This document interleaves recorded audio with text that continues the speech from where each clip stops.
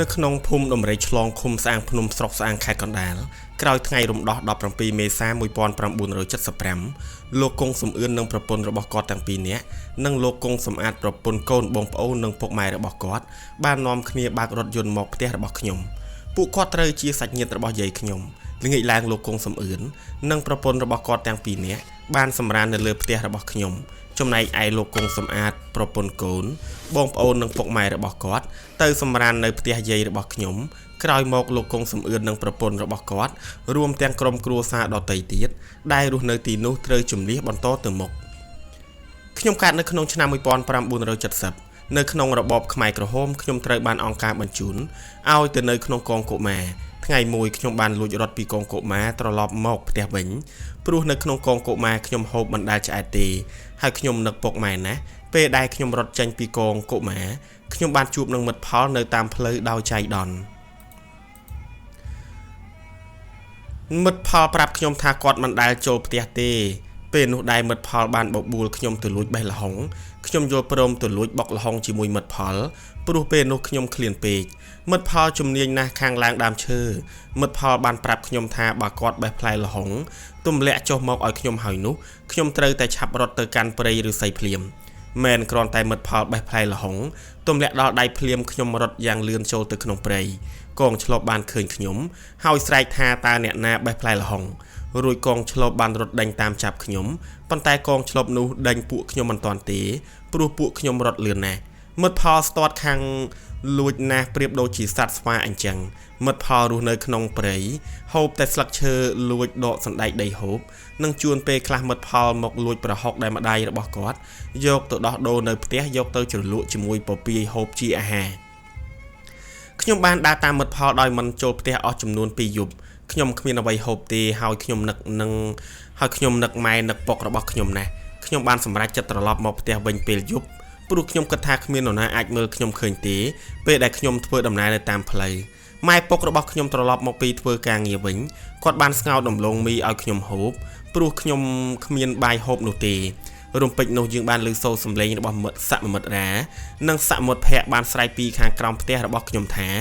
មីងវឿនពូរ៉េតខ្ញុំមកយកកូនពូអាសារឿនទៅនៅកងកុមារវិញ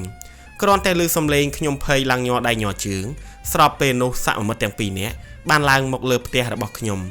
ស្ទុះទៅបើកទ្វារក្រោយរួចចុះទៅខាងក្រោមផ្ទះហើយបើកទ្វារឡានពណ៌ខៀវរបស់ពូកងសំអឿនដែលយកមកចតចោលទីនោះចូលក្រាបពួនកុំឲ្យសមិទ្ធទាំងពីរនាក់នោះរកខ្ញុំឃើញការលាក់ខ្លួនរបស់ខ្ញុំមិនបានសម្រេចនោះទេសមិទ្ធរាបានបើកទ្វារឡានទាញខ្ញុំចេញពីរថយន្តគាត់បានប្រឹងប្រលេះដៃរបស់ខ្ញុំដែលកំពុងតែទាញឡានចេញ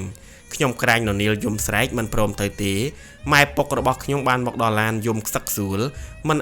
នមានពីអ្វីក្រៅពីទឹកភ្នែកស្រក់ចុះខ្ញុំមើលមុខម៉ែរបស់ខ្ញុំហើយគិតថាហេតុអ្វីម៉ែរបស់ខ្ញុំមិននិយាយថាលែងកូនខ្ញុំទៅ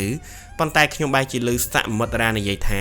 មីងវឿនពូរ៉េតមិនមកជួយចាប់បញ្ជូនកូនទៅឲ្យអង្គការទេឬមីងឯងចង់ងាប់មួយពូជឬដឹងស្រាប់ហើយអង្គការយើងគឺហូបរួមដេករួមនិងធ្វើការងាររួមហើយទ្រព្យសម្បត្តិទាំងអស់ជារបស់អង្គការគឺគ្មានកម្មសិទ្ធិបុគ្គលនោះទេម៉ែរបស់ខ្ញុំបានជួយប្រលេះដៃខ្ញុំដែលប្រឹងខ្ញាំនឹងពូកឡានដើម្បីបញ្ជូនខ្ញុំឲ្យទៅកងកុមារវិញទាំងយប់ខ្ញុំស្រែកយំខ្លាំងណាស់សមិទ្ធរានិងសមិទ្ធភ័ក្របានអូសដៃខ្ញុំចំណែកខ្ញុំវិញខិតខំក្រាញននាលមិនព្រមទៅទេសមិទ្ធទាំងពីរនាក់បានអូសដៃខ្ញុំមកខាងម្នាក់រហូតដល់របងក៏បានទាត់ខ្ញុំម្នាក់មួយជើងយ៉ាងខ្លាំងខ្ញុំខំដើរត្រៀតត្រតាមព្រោះសមិទ្ធទាំងពីរនាក់នោះបានស្រែកថាបើមិនដើរតាមអញទេអញទាត់ហែងឲ្យងាប់អាសារឿនខ្ញុំដើររហូតដល់កងកុមារទាំងឈឺខ្លួនហើយក៏ដេកលងលក់ទៅស្អែកឡើងប្រធានកងបានដាក់ផែនការឲ្យចាប់កណ្ដុរក្នុងម្នាក់បាន10ក្បាលដើម្បីកុំឲ្យកណ្ដុរស៊ីស្រូវកុមារគ្រប់គ្នាត្រូវមានដំបងនិងកង្វាដើរពេញស្រែដើម្បីដេញចាប់កណ្ដុរហើយដើរលូករុនគ្រប់ទីកន្លែងខ្ញុំបានលូកនៅចំរុនពោះវែកឮសូរសំឡេងឈឺតខ្ញុំគ្រាន់តែឃើញពស់នោះខ្ញុំរត់មិនងាកក្រោយឡើយខ្ញុំរត់អស់មួយស្របក់រួចខ្ញុំបានស្ទាបកណ្ដុរដែលខ្ញុំបានចាប់ដាក់នៅចង្កេះនោះខ្ញុំនៅខ្វះកណ្ដុរចំនួន2ទៀតទើបគ្រប់ចំនួនដែលមេកងបានកំណត់ឲ្យរកខ្ញុំមិនដឹងធ្វើម៉េចហើយចិត្តដល់ម៉ោងទៀតខ្ញុំបានវះពស់កណ្ដុរដែលចាប់បាននោះមើលក្រែងមានកូនក្នុងពស់សំណាងណាស់កណ្ដុរនោះមានកូនក្នុងពស់ចំនួន2ក្បាលគ្រប់ល្មមសម្រាប់ខ្ញុំយកទៅបង្ហាញមេកង បន្ទាប់មកខ្ញុំបានទៅរោងហូបបាយជុំគ្នាបានក្រាកន្ទេលស្លឹកត្នោតទ្រាប់អង្គុយបន្ទាប់ពីហូបបាយរួចហើយខ្ញុំបានដើរទៅដួសទឹកពីងថ្លាឆ្វង់ដែលមានដាក់ផ្តិលនៅចិត្តនោះផឹកមួយឆ្អែតនិងទៅមួយទឹកត្រពាំងនៅក្បែររោងស្នាក់រួចដេកជុំគ្នាលើកន្ទេលស្លឹកត្នោត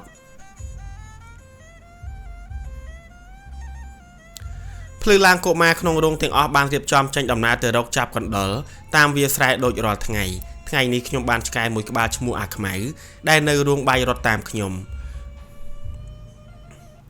វារត់លឿនហើយពូកែហិតរុនកណ្ដុរណាស់នៅពេលមានរុនអាខ្មៅក៏ព្រុសរួចខ្ញុំរត់ទៅតាមកន្លែងឆ្កែព្រុសនោះហើយចាប់បានកណ្ដុរច្រើនណាស់ថ្ងៃត្រង់មកដល់កុមារទាំងអស់នាំគ្នាទៅហូបបាយបន្ទាប់ពីហូបបាយរួចខ្ញុំបានដើរប្រមូលបាយនិងទឹកសម្លសនៅតាមតុចាក់ឲ្យអាខ្មៅស៊ី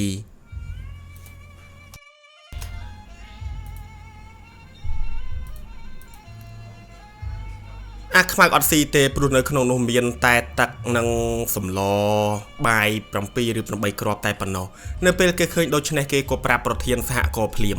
រំពេចនោះប្រធានសហគមន៍ឈ្មោះសមិទ្ធរុំបានដើរមកដល់ហើយចង្អុលមុខខ្ញុំទាំងកំហឹងថែមទាំងស្រែកកំហុកដាក់ខ្ញុំថាហែងបំផ្លាញអង្គការមិនចាំបាច់ទៅចាប់កណ្ដុរទៀតទេនៅទីនេះហើយហែងរងចាំទូកមកដឹកទៅកោះកោស្ថិតនៅកណ្ដាលទល់មុខវត្តឈូងស្លៀបទំនប់ទួលក្រសាំងខ្ញុំភ័យណាស់រួចអង្គុយយំនៅចាំគេម្នាក់ឯងរហូតដល់ចិត្តល្ងាចមិនឃើញទូកមកយកខ្ញុំទេមេសហគមន៍ក៏ប្រាប់ទៅមេកងថាឲ្យយកខ្ញុំទៅកងកុមារវិញស្រាប់ពេលជាមួយគ្នានោះម៉ោងបាយក៏មកដល់គ្រប់គ្នាដែលដើរកាត់ខ្ញុំលន់មាត់ថាហែងសំណាងហៅទូកមិនមកយកកុំអីងាប់បាត់ហើយក្រោយពីហូបបាយល្ងាចហើយកុមារទាំងអស់ក៏ដើរត្រឡប់ទៅសម្រាកនៅឯរោងវែងវិញ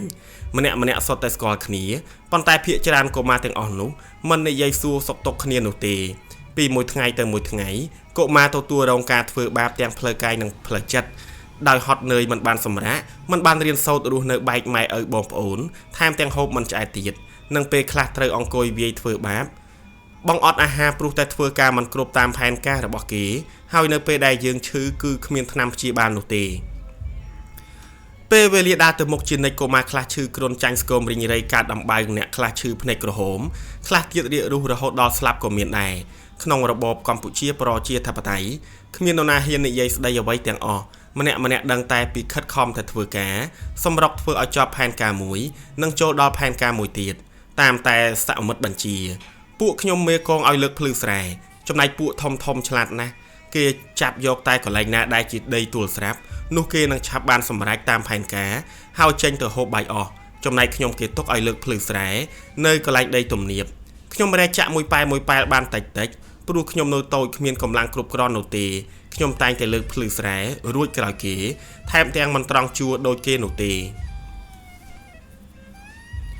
ពេលទៅដល់រោងបាយគេបានប្រាប់មេសហគមន៍ថាកុំឲ្យបាយខ្ញុំហូបព្រោះលើកភ្លឺមិនស្មើអ្នកផ្សេងខ្ញុំឃ្លានតាំងពីព្រឹកមិនបានហូបអីសោះឡើងញ័រដៃញ័រជើងខ្ញុំអង្គុយយំនៅក្រោមដើមកើគីខាងមុខរោងបាយខ្ញុំយំឡើងទឹកភ្នែកហូររហាមដោយអាណិតខ្លួនពេកព្រោះខំប្រឹងធ្វើការចង់ស្លាប់ទៅហើយនៅតែមិនបានហូបបាយទៀតកុមារគ្រប់គ្នាដើរទៅប្រយទោះខំស្រែកយំយ៉ាងណាក៏គ្មានអ្នកណាសួរនាំឬហៅខ្ញុំហូបបាយដែរកុមារគ្រប់គ្នាមិននិយាយរកខ្ញុំឬអាណិតអាសូរខ្ញុំទេកុមារម្នាក់សងំយកតែសក់រៀងខ្លួន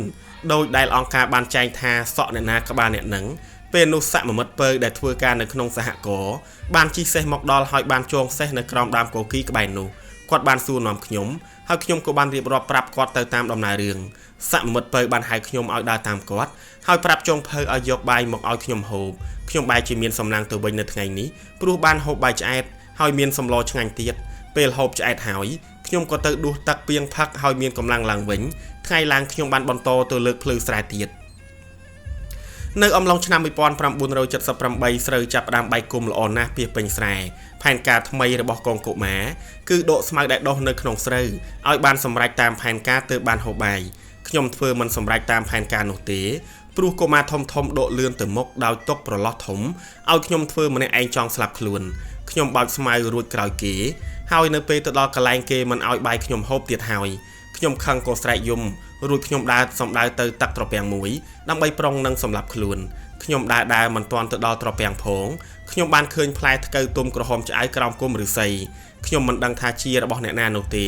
ខ្ញុំរត់ទៅរើសយកមកខាំហូបភ្លាម ផ្លែថ្កូវនោះឆ្ងាញ់ណាស់ហូបហើយមានកម្លាំងតែម្ដងនៅពេលនោះខ្ញុំមិនខ្វល់ថាផ្លែថ្កូវនោះជារបស់អ្នកណានោះទេខ្ញុំដឹងត្រឹមថាបើខ្ញុំមិនហូបទេខ្ញុំនឹងស្លាប់ហើយនៅថ្ងៃនោះខ្ញុំហូបទាល់តែអស់ចំនួន4ផ្លែទើបឆ្អែតហើយនៅសល់ផ្លែថ្កូវចំនួន1ផ្លែខ្ញុំទុកនៅកន្លែងដើមវិញខ្ញុំក៏ប្រញាប់ដើរចេញទៅកន្លែងធ្វើការវិញភ្លាម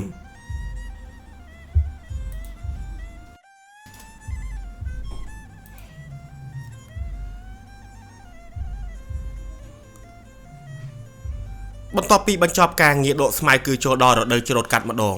កងកុមារទាំងអស់មានតួនាទីដើរប្រមូលកណ្ដាប់ស្រូវនៅតាមវាលស្រែដល់ម៉ោងបាយរទេះគោបានដឹកបាយយកទៅដល់វាលស្រែតែម្ដងនៅពេលឃើញរទេះគោដឹកបាយទៅម្នាក់រត់ប្រសាចដណ្ដើមចានស្លាប់ព្រាគ្នា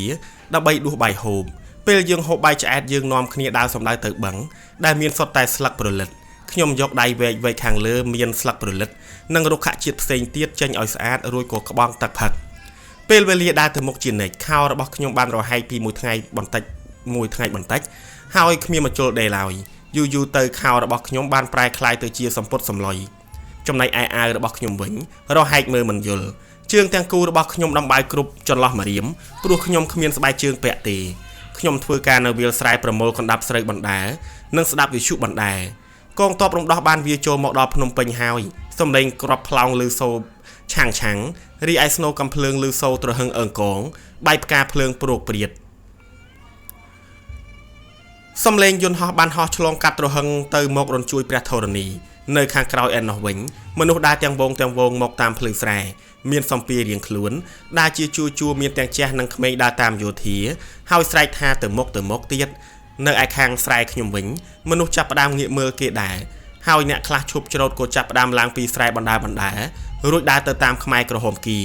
ខ្ញុំនឹងមិត្តង៉ែតបានដើរទៅតាមគេដែរទៅដល់ខាងមុខបានមួយសន្ទុះមីងម្នាក់បានសួរមកខ្ញុំថាក្មួយឯងទៅណាមានម៉ែពុកទេទៅរកពុកម៉ែទៅពេលនោះខ្ញុំនឹងមិត្តង៉ែតបានដើរបញ្ច្រាស់គេត្រឡប់មកភូមិដំរីឆ្លងវិញមកដល់ផ្ទះយាយសយគាត់ស្រែកដោយអំណរថាចៅយាយនៅចាំចៅមិនទៅណាទេពេលគាត់និយាយចប់ខ្ញុំរត់ទៅអោបយាយស្រែកយំដោយក្តីរំភើបពន់ពេកចំណែកមិត្តង៉ែតបានដើរទៅផ្ទះរកពុកម៉ែរបស់គាត់ដែលនៅក្បែរផ្ទះរបស់ខ្ញុំដែរបន្ទាប់ពីរៀបចំរួចរាល់យាយសយតាទូចកូនប្រុសកូនស្រីរបស់គាត់និងខ្ញុំបានដើរធ្វើដំណើរទៅផ្ទះម៉ែរបស់ខ្ញុំបន្ទាប់មកខ្មែរក្រហមចេះតែគៀក្រុមគ្រួសាររបស់ខ្ញុំទៅមុខបន្តទៀតក្រុមគ្រួសារខ្ញុំបានរៀបចំអូសពុកដែលគាត់ពិការជើងដើម្បីបន្តដំណើរទៅមុខជាមួយគ្នាយើងបានស្នាក់នៅភូមិនៅក្បែរនោះបានពីយប់ហើយយើងក៏ត្រឡប់មកភូមិដំរីឆ្លងវិញក្រុមគ្រួសាររបស់ខ្ញុំបាននាំគ្នាទៅច្រូតស្រូវដាក់ផ្ទះនិងបុកអង្ករដើម្បីដាំបាយហូបរបបកម្ពុជាប្រជាធិបតេយ្យដែលមានរយៈពេល3ឆ្នាំ8ខែ20ថ្ងៃបានបញ្ចប់ទៅបន្ទាប់ពីខ្មែរក្រហមបានដួលរលំប្រហែលជា6ខែខ្ញុំបានមករស់នៅទីក្រុងភ្នំពេញវិញជាមួយនឹងយាយសយតាទូចនិងកូនប្រុសកូនស្រីរបស់គាត់ស្ថាប័នផ្សេងបានចាប់ផ្ដើមបើកទ្វារឡើងវិញខ្ញុំនិងកុមារផ្សេងទៀតក៏បានចូលរៀនដែរក្រោយមកខ្ញុំបានចូលបម្រើការងារនៅក្រសួងវប្បធម៌និងវិចិត្រសិល្បៈហើយរៀបការមានកូនប្រុសម្នាក់និងស្រីចំនួន2នាក់